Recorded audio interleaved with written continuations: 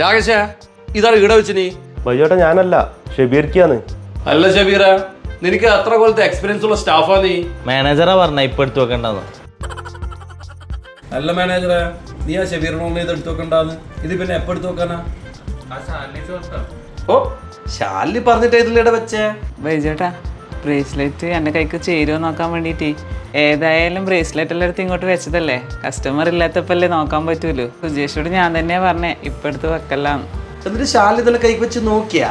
ബൈജേട്ടൻ അപ്പത്തേക്ക് വന്നു, അതുകൊണ്ട് നോക്കാൻ പറ്റിയില്ല. ഞാൻ വന്നാൽ കുഴപ്പം ശാലിനി, നിനക്കിത് വെച്ച് നോക്കണെങ്കിൽ എപ്പം വെച്ച് നോക്കല്ല.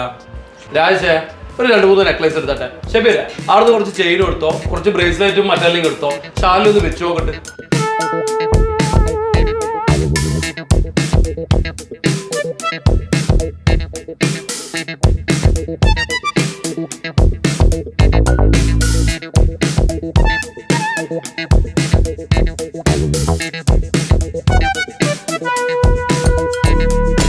നിന്റെ ആഗ്രഹം എല്ലാം പൂർത്തിയായല്ല? എനിക്ക് സന്തോഷമായി ബൈജേട്ടാ.